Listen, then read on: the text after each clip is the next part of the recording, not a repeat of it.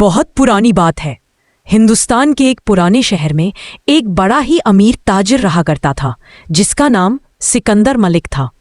सिकंदर की गिनती उस शहर के सबसे दौलतमंद लोगों में होती थी। उसके पास सोने चांदी के ढेर, कीमती कपड़ों के गोदाम और ऊंट घोड़ों की लंबी कतारें थी। मगर जितनी बड़ी उसकी दौलत थी, उतना ही छोटा उसका दिल। सिकंदर मलिक को अपनी दौलत पर इस कदर घमंड था कि वह लोगों से बात करने से पहले यह सोचता कि सामने वाला उसके बराबर है या नहीं। अगर कोई गरीब उसके पास मदद मांगने आता तो वह उसे ताने मारकर लौटा देता। उसकी जुबान से अल्हम्दुलिल्लाह जैसे अल्फाज गुम हो चुके थे।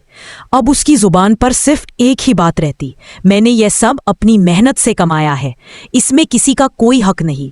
शहर के लोग उसे देखकर सिर झुका लेते, मगर उनके दिलों में सिकंदर के लिए कोई इज्जत नहीं थी। उसकी हवेली के सामने से गुजरते हुए लोग दुआ नहीं बल्कि अल्लाह इसको हिदायत दे कहा करते थे। एक दिन की बात है, सिकंदर मलिक अपने आलीशान बाग में टहल रहा था। बाग में रंग बिरंगे फूल, सोने जैसे पत्तों वाले पेड़ और झरनों की मधुर आवाज गूंज रही थी। तभी एक बूढ़ा फकीर है, मैं सुकून को भी खरीद सकता हूँ। फकीर मुस्कुराया, अगर सुकून बिकता तो गरीब कभी बेचैन ना होता और अमीर कभी बेचैन ना दिखता। सिकंदर को गुस्सा आ गया, ओ फकीर, तुझे क्या पता दौलत का मजा क्या होता है? तुझे तो बस दूसरों की कमाई पर नसीहतें में बघारनी आती है। फकीर ने अदब से कहा, साहब, दौलत बुरी नहीं, लेकिन जब वो इंसान पर सवार हो जाए तो वो दौलत नहीं बीमारी बन जाती है, और बीमारी का इलाज सिर्फ तौबा में है। सिकंदर ने ठहाका लगाया, जाओ बाबा, अपनी बातें मस्जिदों में सुनाना, मेरी जिंदगी मुझे मत सिखाओ।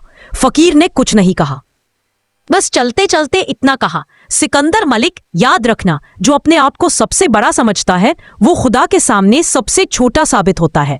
यह कहकर वो चला गया, मगर सिकंदर मलिक के दिल में यह बात तीर की तरह चुभ गई।